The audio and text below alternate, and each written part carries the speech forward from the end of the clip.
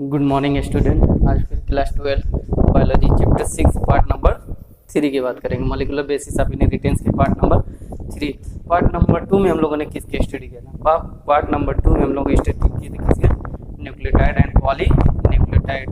कैसे तुम्हारा न्यूक्लियोटाइड, तुम्हारे कई न्यूक्लियोटाइड आपस में जुड़ के फॉर्मेशन करते हैं पॉली न्यूक्लियोटाइड का। तो न्यूक्लियोटाइड से पहले किसी और एक चीज का फॉर्मेशन होता था। न्यूक्लियोटाइड से पहले क्या बनता था? न्यूक्लियोसाइड का। व्हेन जब पेंटोज शुगर तुम्हारा नाइट्रोजीनस बेस से तुम्हारा लिंक्ड होता है तो फॉर्मेशन होता है न्यूक्लियोसाइड। न्यूक्लियोसाइड मतलब उसमें क्या एब्सेंट होगा? फॉस्फेट ग्रुप अभी नहीं लिंक करेगा, ठीक है। सिर्फ तुम्हारा क्या होगा? Nitrogenous base is linked to pentose sugar से तुम्हारे तो किसका फॉर्मेशन होगा? न्यूक्लियोसाइड का फॉर्मेशन होगा। जब यही न्यूक्लियोसाइड तुम्हारा फॉस्फेट ग्रुप लिंक्ड हो जाएगा तो फॉर्मेशन हो जाएगा एक न्यूक्लियोटाइड का। तो इसमें अब तुम्हारे कौन कौन से बॉन्ड को लिंक होगा? जब तुम्हारा नाइट्रोजीनस बेस और पेंटोज शुगर लिंक्ड होगा तो कौन सा बॉन्ड होगा? ग्लाइकोसिडिक। इन ग्लाइकोसिडिक बॉन्ड कहा गया था। जब पेंटोज शुगर तुम्हारा फॉस्फेट ग्रुप से लिंक्ड होगा तो उसमें कौन सा होगा? फास्फोएस्टर। ये तुम्हारे एक न्यूक्लियोटाइड का फॉर्मेशन होगा। न्यूक्लियोटाइड से पहले न्यूक्लियोसाइड, न्यूक्लियोसाइड में हमने ऐड कर दिया फॉस्फेट ग्रुप, फॉर्मेशन होगा न्यूक्लियोटाइड। अब उसी न्यूक्लियोटाइड को हमको मल्टीपल करना है, ठीक है। अब एक न्यूक्लियोटाइड तुम्हारा फॉर्मेशन हो गया, तुम हमको क्या पॉली न्यूक्लियोटाइड का फॉर्मेशन करना है, तो मल्टीपल तुम्हारे न्यूक्लियोटाइड ज्वाइन होंगे, ठीक है। अब यहाँ पे मल्टीपल न्यूक्लियोटाइड मोर देन 2, एक न्यूक्लियोटाइड दूसरे न्यूक्लियोटाइड से कैसे कंबाइन होता था देखा गया था। 3 प्राइम टू 5 प्राइम। एक जो तुम्हारा कार्बन नंबर 3 से था, दूसरा कार्बन नंबर 5 से लिंक्ड हो रहा था, ठीक है। कार्बन नंबर 3 और कार्बन नंबर 5, इसीलिए उसको टर्म कहा जाता है 3 प्राइम टू 5 प्राइम होता है। जब डीएनए आज स्ट्रक्चर हम लोग देखेंगे डीएनए का तो उसी में देखना 3 prime to 5 prime. 3 prime to 5 prime की मींस क्या था? तुम्हारा एक जो होगा तुम्हारे कार्बन नंबर 3 से न्यूक्लियोटाइड जुड़ता है, दूसरा जो न्यूक्लियोटाइड होता है कार्बन नंबर 5 से होता है। तुम्हारे पेंटोज शुगर के कार्बन नंबर 3 और कार्बन नंबर 5 से लिंक होता है। और अब ये तुम्हारा जो एक न्यूक्लियोटाइड दूसरे न्यूक्लियोटाइड से कैसे लिंक होता है, वो कौन सा बॉन्ड होगा? फास्फोडाइएस्टर बॉन्ड। और जो तुम्हारा सिर्फ पेंटोज शुगर और तुम्हारा फॉस्फेट ग्रुप को लिंक करता था उसमें था क्या? फास्फोएस्टर बॉन्ड था। और जब दो न्यूक्लियोटाइड आपस में जुड़ते हैं तुम्हारे तो उस समय जो बॉन्ड होता है कैसा होता है? जब हम मल्टीपल का फॉर्मेशन मतलब पॉली न्यूक्लियोटाइड का फॉर्मेशन होता है तो फास्फोडाइएस्टर बॉन्ड। ये बॉन्ड के नेम याद रखे रहना कि कब कौन सा बॉन्ड जुड़ता है, ठीक है। फास्फोडाइएस्टर बॉन्ड से अब तुम्हारे इसी तरह कई न्यूक्लियोटाइड होगा तो उसी nucleotide chain poly nucleotide chain में तुम्हारे डीएनए में क्या था? 5 प्राइम एंड 3 प्राइम। 5 प्राइम पे तुम्हारा क्या था? कार्बन नंबर, उसकी एक एंडिंग पॉइंट क्या थी? कार्बन नंबर 5 था, दूसरा कार्बन नंबर 3 था। कार्बन नंबर 3 में OH ग्रुप था, कार्बन नंबर 5 में क्या था? फॉस्फेट ग्रुप था। तो यहाँ तक हम लोग स्टडी कर चुके थे poly nucleotide chain of DNA. आज का हमारा टॉपिक होगा double helix structure of DNA. आज हम लोग शुरू करेंगे double helix structure of DNA. सबसे पहले डबल हेलिक्स स्ट्रक्चर को प्रपोज किसने किया था, किसने देखा था? तो देखने वाले दो साइंटिस्ट थे। कौन कौन से? James Watson and Francis Crick, जिन्होंने प्रपोज किया था double helix structure of DNA. तो सबसे पहले किसने देखा था? James Watson and Francis Crick ने देखा था, ठीक है। इनको नोबेल प्राइज भी दिया गया था 1963 में। 1953 में इन्होंने प्रपोज किया था, फिर इसके 1963 में इनको क्या नोबेल प्राइज दिया गया था। Double helix structure of DNA इन्होंने प्रपोज किया था, ठीक है। फिर उसके ये किसके बेस पे, इनका बेस क्या था, किसके आधार पर उन्होंने देखा था? एक्सरे डिफ्रैक्शन देखा। इन्होंने किसमें बेस किया था? इनका बेस्ड ऑन एक्सरे डिफ्रैक्शन। ये एक्सरे डिफ्रैक्शन क्या होता है? यहाँ पे क्वेश्चन है एक्सरे डिफ्रैक्शन। एक्सरे डिफ्रैक्शन में उन्होंने देखा एटम्स एंड मॉलिक्यूल्स की कौन कौन से एटम किससे लिंक्ड था और कौन कौन से मॉलिक्यूल्स उसमें होते हैं, ठीक है। तो आज स्ट्रक्चर की हम लोग बात करेंगे। इसके स्ट्रक्चर देखा जाएगा तो पहले बात कर ले, फिर इसके बाद स्ट्रक्चर ड्रा कर देंगे कि सुन लो पहले। चलो हाँ, जेम्स एंड वाटसन ने क्या देखा था और इसमें उन्होंने डीएनए के स्ट्रक्चर में क्या देखा था? 2 पॉली न्यूक्लियोटाइड चेन होता है। सिंगल नहीं कितना होता है? 2 पॉली न्यूक्लियोटाइड चेन स्ट्रक्चर बनाएंगे तब समझ में आएगा, ठीक है। पहले हेडिंग हो जाए double helix structure of DNA. Double helix कुंडली वाला double helix structure of DNA. DNA का full form deoxyribo nucleic acid. इसमें तुम्हारे राइबोस शुगर में से एक ऑक्सीजन को क्या कर देते हैं? रिमूव कर दिया जाता है। डीऑक्सी, डीऑक्सी मींस क्या बताया था? Removal of oxygen. तो सबसे पहले इसको प्रपोज करने वाले साइंटिस्ट कौन थे? James Watson and Francis Crick was proposed by double standard structure of DNA. ठीक है, इसको नोट कर लिया। ओके स्टूडेंट्स, तो हो जाएगा जेम्स वाटसन, जेम्स ये जे, ठीक है सही से, James Watson and Francis Crick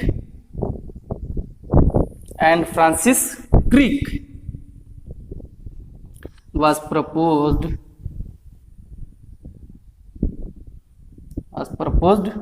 double helix structure of DNA, was proposed double helix structure of DNA। इसने प्रपोज किया था James Watson and Francis Crick. James Watson and Francis Crick was proposed double helix structure of DNA. ठीक है, फिर इसका इनका base क्या था, बेस भी यहाँ पे नोट कर लिया। फिर इसका स्ट्रक्चर देख, इनका बेस क्या था, based on X ray diffraction, based on X ray diffraction. X ray diffraction में उन्होंने देखा कि कौन कौन से मॉलिक्यूल और कौन कौन से एटम होते हैं। ठीक है, तो ये रहा तुम्हारा double helix structure of DNA. तो सबसे पहले इसको प्रपोज करने वाले साइंटिस्ट दो थे तुम्हारे, James Watson and Francis Crick, जिन्होंने डबल हेलिक्स स्ट्रक्चर को प्रपोज किया था बेस्ड ऑन इनका क्या था, बेस का एक्सरे डिफ्रैक्शन। अब स्ट्रक्चर हम लोग बनाएंगे। ठीक है, स्ट्रक्चर इसमें बनाया जाएगा, इसको नोट कर लो, बोर्ड छोटा, एक सेकेंड। ओके स्टूडेंट्स, अब स्ट्रक्चर देख ले जाए। तो सबसे पहले स्ट्रक्चर में हमको क्या देखना है, डीएनए तुम्हारा किसका, डीएनए कंपोज्ड ऑफ कितने न्यूक्लियोटाइड चेन होगा, 2 न्यूक्लियोटाइड चेन होता है। ठीक है, 2 पॉलीन्यूक्लियोटाइड होगा। इसको ऊपर वाला ना तो रेस कर दिया जाए। ठीक है, ऊपर वाला इरेज कर दो। ठीक है, फिर इसका स्ट्रक्चर, ताकि बड़ा स्ट्रक्चर बनाया जाएगा। इसको नोट कर लो, फिर इसका इरेज कर दें। चलो, double helix structure of DNA का स्ट्रक्चर देख लीजिए। Double helix structure of DNA,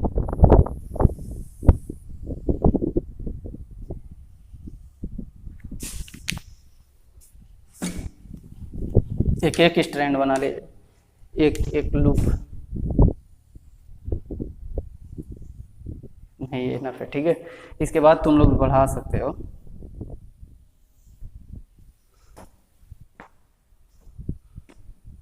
चल, इसकी बेस पेयरिंग कर दो।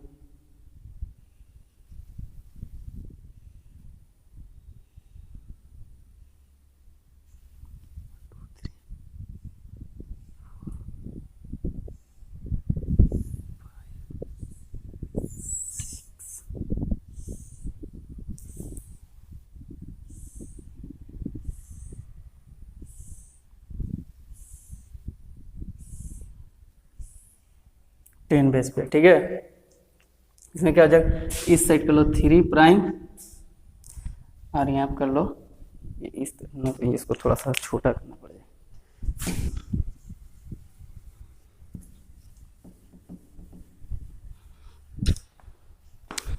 छोटा कर लो,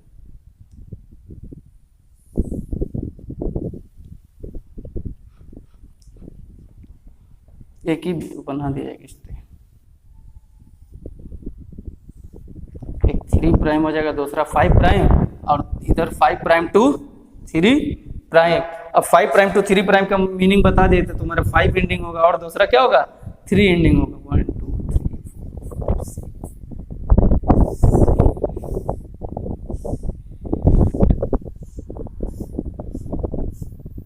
एक टर्म में इस जो आप एक टर्निंग होता है, देखो ये 1 टर्न हो रहा है कि नहीं हो रहा है, जो इसके जो डबल स्टैंडर्ड इसको डबल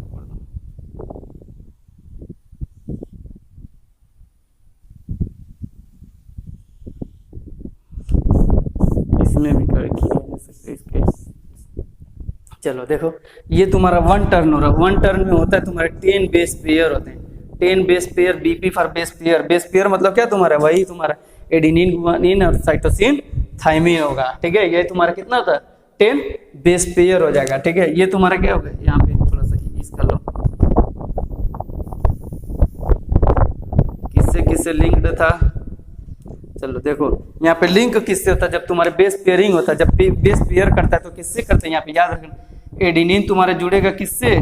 थाइमिन से जुड़ेगा। अब गुआनिन जो जुड़ेगा किससे? तुम्हारे साइटोसिन पे। यहाँ पे केयर करने वाली बात यह है कि जो तुम्हारा दोनों को लिंक करता है कौन सा बांड होगा? तो ये डबल हाइड्रोजन बांड होता है, जो इन दोनों को एडेनिन को थाइमिन से किस बांड से लिंक होता है? हाइड्रोजन बांड होता है। उसका क्या याद रखे रहना, एडेनिन जब तुम्हारा थाइमिन से बॉन्डिंग करता है, पेयरिंग करता है, तो डबल हाइड्रोजन बांड होगा। एडेनिन जब थाइमिन से तुम्हारा क्या करेगा? पेयरिंग होगा या बॉन्डिंग जुड़ेगा, तो कैसे? Double bond. अब जब गुआनिन साइटोसिन से तुम्हारी बॉन्डिंग होगा, triple hydrogen bonding. A double Bond tea है तुम्हारा एडेनिन थाइमिन से डबल हाइड्रोजन बॉन्डिंग, और जब गुआनिन साइटोसिन से लिंक्ड होता है तो तुम्हारा क्या होता है? Triple hydrogen bond. तो एडेनिन और गुआनिन किसका एग्जाम्पल था? ये प्यूरिन्स थे, और ये दोनों क्या है? पिरीमिडीन, यही ना था? पिरीमिडीन। तो इस साइड का इसको एडेनिन कर लो, ये थाइमिन कर लो, गुआनिन कर लो, साइटोसिन कर लो, फिर एडेनिन थाइमिन गुआनिन साइटोसिन, इसी तरह एडेनिन थाइमिन, ये सब यही जो है क्या है? बेस पेयर है तुम्हारा, बेस पेयरिंग है तुम्हारा। ये देखो तुम्हारे फास्फेट, तुम्हारा बैकबोन फॉर्मेशन कौन करता था? ये उसके बैकबोन का फॉर्मेशन कौन था? फास्फेट शुगर था, शुगर फास्फेट, शुगर फास्फेट। उसमें जब हम लोग न्यूक्लियोटाइड के स्ट्रक्चर देखा गया था, 3 कंपोनेंट में था कि पेंटोस शुगर था तुम्हारा, और क्या था? Pentose sugar, phosphate group and nitrogenous base. तो उसमें फास्फेट ग्रुप किसका? यही ना बैकबोन ऑफ द फॉर्मेशन करता था का। जब शुगर फास्फेट तुम्हारे लिंक होता है तो तुम्हारे डीएनए के किसके? बैकबोन का फॉर्मेशन करता है। और ये सब के सब ये क्या है? ये सब के सब क्या? बेस पेयर है। क्या है? Base pair. बेस पेयर कितना देखो 10 होता है। जब एक मरतबा टर्न होता है तुम्हारा, एक डीएनए जब टर्न होता है तो तुम्हारा कितना होगा? तुम्हारे 10 बेस पेयर होने चाहिए। ये 1 2 3 4 5 6 7 8 9 एंड 10। देखो एक बार टर्न हो रहा है ना, तो एक बार टर्निंग में कितने बेस पेयर? 10 बेस पेयर होगा तुम्हारा। और यही तुम्हारे एडेनिन थाइमिन गुआनिन साइटोसिन, ये तुम्हारे क्या? बेस पेयर हैं। ये तुम्हारे शुगर फास्फेट हो गया, होगा कि नहीं हुआ तुम्हारे? तो इन दोनों के बीच में देखो, अगर ईच तुम्हारे, अभी इसका कैलकुलेशन हम निकालेंगे, ठीक है? ये इस पहले स्ट्रक्चर देखो, अब इसको हम इरेज कर दे रहे हैं। ये हम सिर्फ बताने के लिए नोट किया। देखो एडेनिन तुम्हारा किससे जुड़ रहा है? थाइमिन से लिंक हो रहा है। लिंक हो रहा है कि नहीं? अब गुआनिन है जो तुम्हारे साइटोसिन से, तो याद रखे, जब लिखवाएंगे तो उसमें नोट कर लिया जाए, याद रखे रहना। एडेनिन थाइमिन से कितने? डबल हाइड्रोजन बॉन्ड से, गुआनिन साइटोसिन से ट्रिपल हाइड्रोजन बॉन्ड से फॉर्मेशन करता है। ये रहा स्ट्रक्चर ऑफ डीएनए। इसी तरह फिर पूरा सारे के सारे 10 बेस पेयर हो गया। चलो इसको नोट कर लो, फिर इसके बाद अब मैं इसकी डिस्को किया जाए एक्सप्लेनेशन।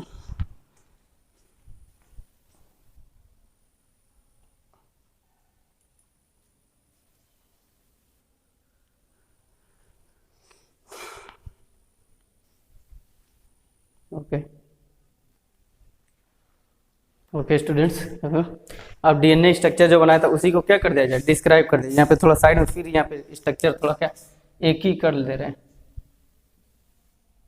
ये तुम्हारा 3 प्राइम हो जाएगा, और ये 5 प्राइम, ये 5 प्राइम टू 3 प्राइम। अब बेस पेयरिंग कर दो। ये क्या हो गया? बेस पेयरिंग हो गया। एक टर्न में कितने बेस पेयर थे? ये तुम्हारा 1 टर्न होता है, ठीक है? 1 टर्न में कितने बेस पेयर?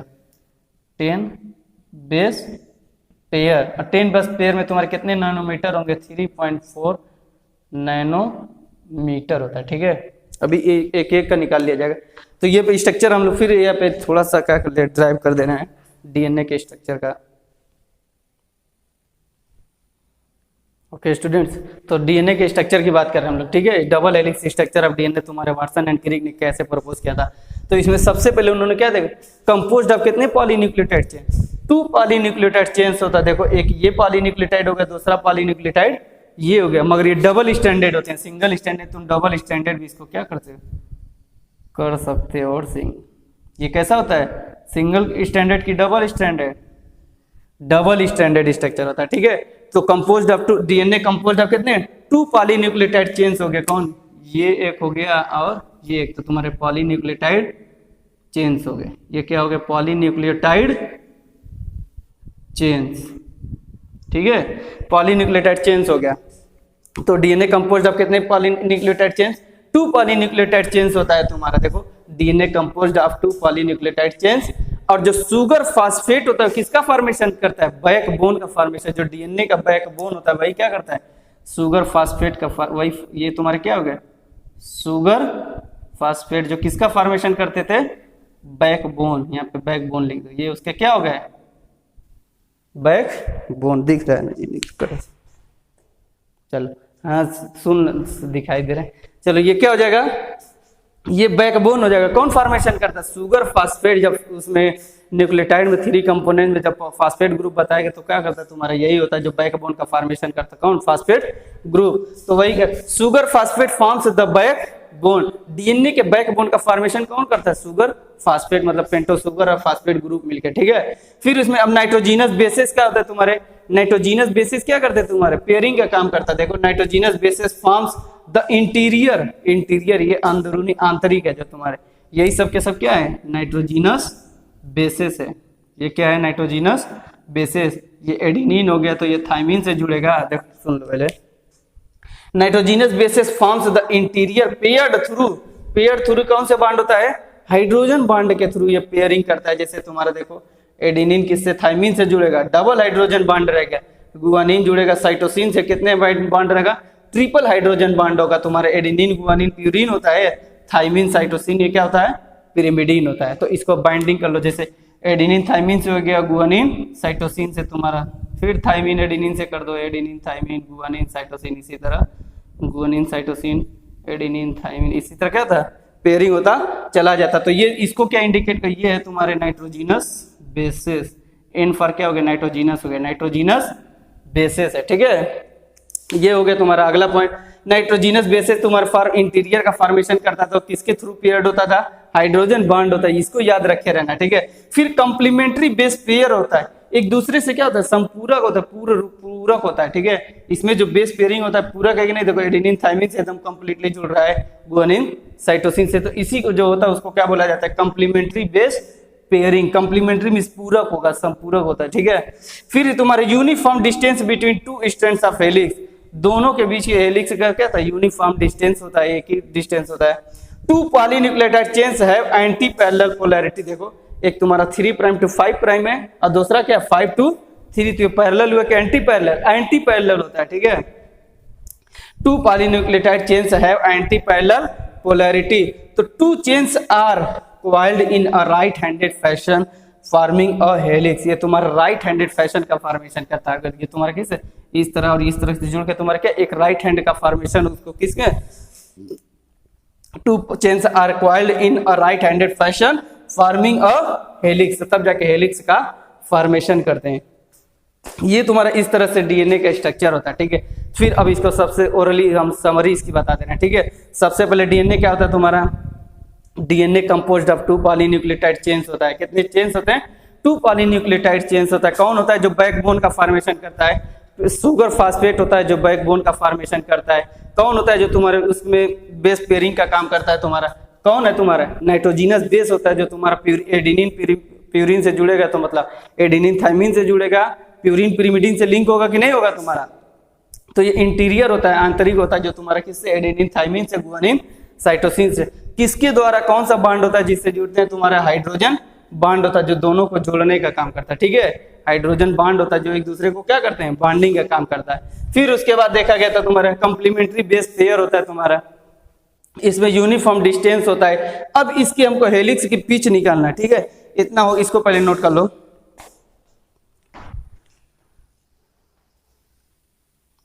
ओके, अब इसके देख लिया जाए।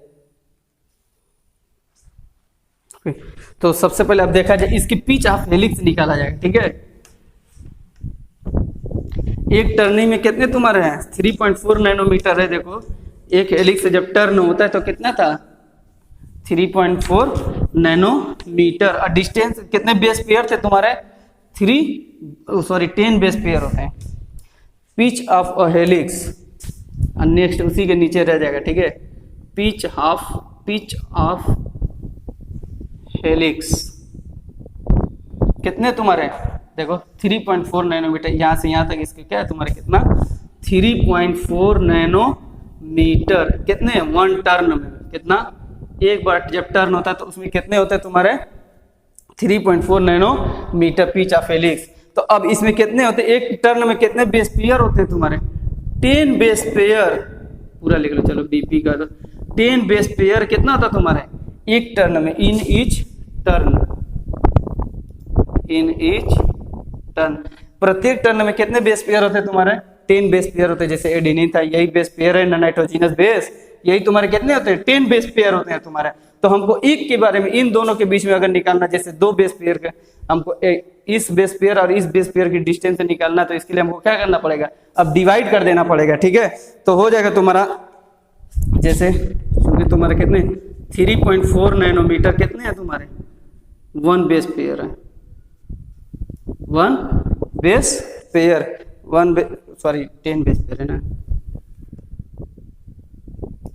तुम्हारे, जो 3.4 नैनोमीटर उसकी कितना है तुम्हारा 10 बेस पेयर है। तो हमको प्रत्येक का निकालना रहे, तो 1 बेस पेयर का हमको अगर पता करना है, जैसे 1 बेस पेयर का अगर पता करना है, तो इसके लिए क्या है 3.4 अपान 10 से डिवाइड करोगे तो कितना आ जाएगा 0.3 हो जाएगा, 0.34 नैनोमीटर। अगर एक का हमको निकालना रहेगा तो क्या हो जाएगा तुम्हारा, जैसे इन दोनों के बीच का डिस्टेंस निकालना है, तो इस दोनों के बीच में कितना हो जाएगा, इस यहाँ पे डिस्टेंस यहाँ पे नोट कर सकते 0.34 नैनोमीटर हो जाता है। अगर तुमको पूरा अगर एक टर्न मतलब 10 बेस पेयर में कितना 3.4 नैनोमीटर, तो एक का निकालना है, तो इसके लिए क्या हो जाएगा, हमको डिवाइड कर देंगे 3.4 को 10 से, तो कितना आ जाएगा एक के बारे में, तो एक बेस पेयर में जो डिस्टेंस है तुम्हारा कितना होता था 0.0, गैप है ना, ये देखो यहाँ से यहाँ तक तुम्हारा है ना, तो उसके बीच का गैपिंग कितना है 0.34 नैनोमीटर होता है, ठीक है। इसको भी नोट कर लेना, उसी के नीचे जस्ट नोट कर लेना पिच ऑफ हेलिक्स, जो डीएनए का हेलिक्स होता है। ओके स्टूडेंट्स, अब हो गया तुम्हारा स्ट्रक्चर। अब उसके बाद देखेंगे हम लोग packaging of DNA helix. DNA helix होता है वो कैसे पैक होता है न्यूक्लियस के अंदर, ठीक है। जब देखा कि स्टडी किया गया तो तुम्हारे न्यूक्लियस की साइज क्या होती है, छोटी होती है, और तुम्हारा जो डीएनए होता है क्या होता है, बड़ा होता है। तो कैसे पैक्ड होता होगा, ठीक है। Nucleus size is less than तुम्हारा क्या हो जाएगा, अरे डीएनए लेंथ तो क्या ग्रेटर देन तुम्हारे न्यूक्लियस साइज। तो कैसे पैक्ड होता होगा, तो ह्यूमन के केस में जैसे for example beats on string होता है ना, जैसे उसी के एक दूसरे के ऊपर क्या होता है लपेटा हुआ रहता है। उसके हम लोग अभी देखा जाएगा प्रोकैरियोट्स में कैसे था और यूकैरियोट्स में कैसे होता है, ठीक है। पहले देखा जाए इसमें कैसे क्या होता है पैकेजिंग ऑफ डीएनए हेलिक्स, कैसे ये डीएनए हेलिक्स पैक होता है। तो देखा गया तो उसमें क्या, जो उसका परिमाप देखा गया तो क्या था तुम्हारे, जो लेंथ ऑफ डीएनए होता है न्यूक्लियस से काफी क्या होता है, बड़ा होता है। तो वो कैसे पैक्ड होता होगा, ठीक है। डीएनए बड़ा है, न्यूक्लियस छोटा है, हराता है न्यूक्लियस के अंदर, तो कैसे, तो उसी के लिए अकॉर्डिंग देखो packaging of DNA. Length of DNA is found to be far greater than dimension of a typical nucleus. Length of DNA किससे देखा, न्यूक्लियस से देखा गया तो बहुत बड़ा होता है, ठीक है। कितना होता है, बड़ा होता है। अभी हम निकालेंगे, ठीक है, इसका कैलकुलेशन किया जाएगा। देखो जैसे अब मैमेलियन सेल, मैमेलियन जितने भी स्तनधारी कोशिका सब में क्या होता है, कितने base pair, number of base pair 6.6 into 10⁹ number of base pair होते हैं। किसमें, मैमेलियन सेल, जितने भी मैमल स्तनधारी जीव है, सब स्तनधारी जीव सबके क्या होता है, कितने बेस पेयर होते हैं 6.6 इंटू 10⁹ बेस पेयर होता है, ठीक है। तो अब हमको कैसे इसको पैक करना है, तो इसके लिए हमको क्या निकालना, अभी हम लोग स्ट्रक्चर जब बनाए तो उसमें डिस्टेंस से देखा गया, डिस्टेंस बिटवीन 2 बेस पेयर, तो कितना था 3.4 नैनोमीटर की 0.34 नैनोमीटर, 0.34 नैनोमीटर था, ठीक है। वो तो तुम्हारे एक टर्न है, जब 10 पेयर था उसमें 3.4 था, तो हमको 2 के बीच में निकाला गया तो कितना 0.34 नैनोमीटर। तो हो जाएगा तुम्हारा डिस्टेंस बिटवीन 2 बेस पेयर कितना था 0.34 नैनोमीटर अभी निकाला गया था। उसमें जब डीएनए का स्ट्रक्चर देखा गया तो इन दोनों बेस पेयर के बीच में डिस्टेंस कितना था 0.34 नैनोमीटर था कि नहीं था तुम्हारा। और एक टर्न में तुम्हारे 10 बेस पेयर था, उसका था तुम्हारा कितना 334 नैनोमीटर था, ठीक है। 10 बेस पेयर का, तो हमको एक के निकालने तो हमको कितना निकाला है 0.34 नैनोमीटर। अब हमको क्या करना है, देखो इसको इरेज कर दो पहले, 3.4 नैनोमीटर। अब लेंथ ऑफ डीएनए, नेक्स्ट हो जाएगा लेंथ ऑफ डीएनए।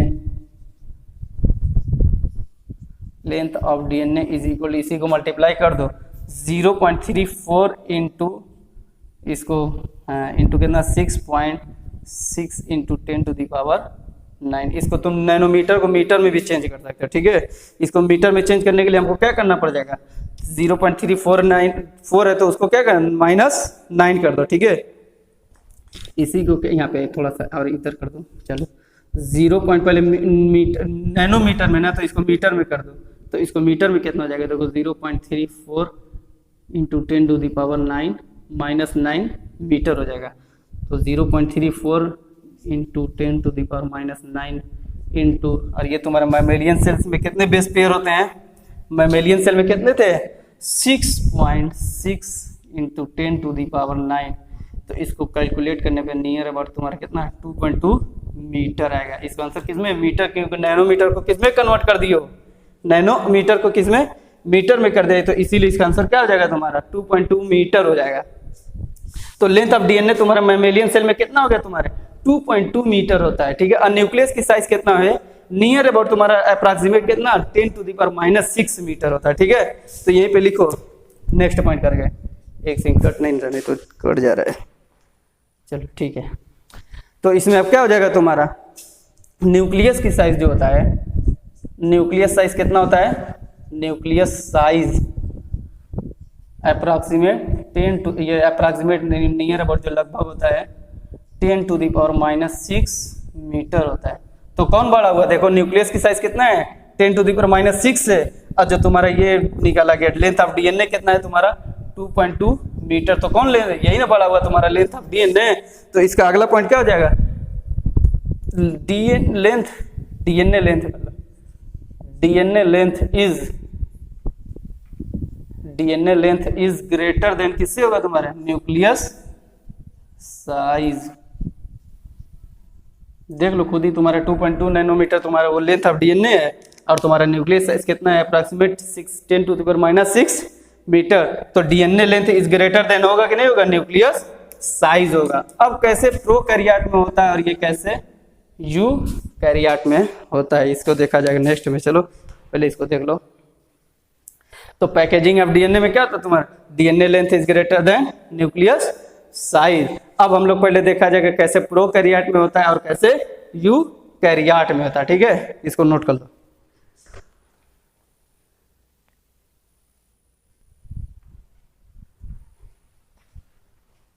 ठीक है, ओके। अब देखा जाएगा डीएनए कैसे पैक होता है प्रोकैरियोट में बैक्टीरिया में कैसे होगा, और यूकैरियोट में अदर ऑर्गेनिज्म में कैसे होता है, ठीक है।